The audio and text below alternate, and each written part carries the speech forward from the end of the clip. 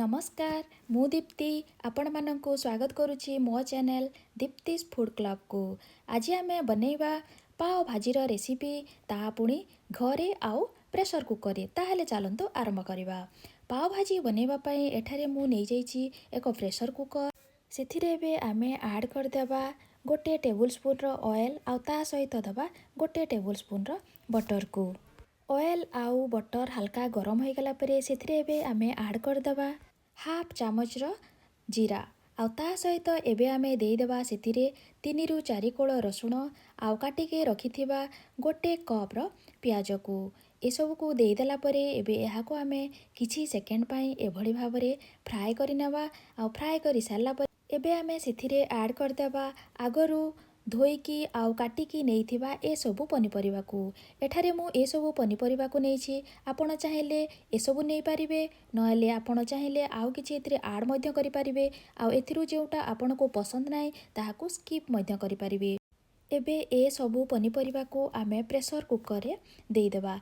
एभଳି भाबरे मु सबु पनिपरिबा को प्रेशर कुकर रे देई दोछि। आउ ए सबु को देई सारला परे एहा को आमे किछि समय पई आउ थरे मिक्स करि नेबा। मिक्स करि सारला परे एबे आमे सेथिरे ऐड कर देबा लूण। एठारे मु स्वाद अनुसार लूण को देई दोछि। ता सहित एबे आमे सेथिरे देई देबा हाफ टेबुल स्पून रो हळदी गुंड।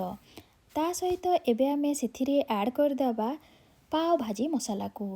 ए पाव भाजी रा मसाला आपण को मार्केट रे इजिली मिली जीवो। आपण एहा को नै पारिबे। एबे आमे सेथिरे देई देबा 2 टेबुल स्पून रो पाव भाजी मसाला। पाव भाजी मसाला को देई सारला परे एबे आमे आउ थरे एहा को मिक्स कर देबा। आउ मिक्स करि सारला परे एबे आमे सेथिरे ऐड कर देबा 2 कप गरम पानी। गरम पानी बदल रे आपण ठंडा पानी मध्य नै पारिबे।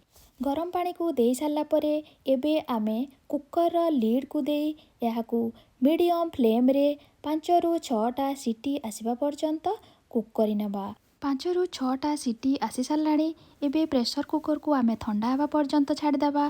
ठंडा हैला परे एहार लीड को खोली एहा को एक पोटाटो मेसर रे एभଳି भाबरे आमे मैश कर देबा। आउ एहार थिकनेस को आमे एमिति रखिबा। एबे देखंतु रेडी होई गला मार्केट रे मिलुथिबा भली भाजी। आपण मध्य एहा को थरे निश्चय ट्राई करंतु ता पुनी प्रेशर कुकर रे। ताहले चलंतु एबे आमे पाव को सेकी नेबा।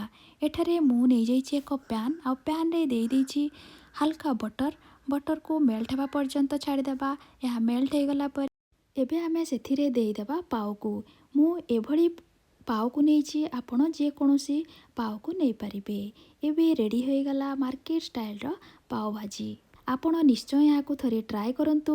यार टेस्ट केमिति लागिला मते कमेंट्स माध्यम रे जणांतु। जदि भल लागिला आपण को फ्रेंड सर्किल मध्य रे एहा को शेयर करंतु।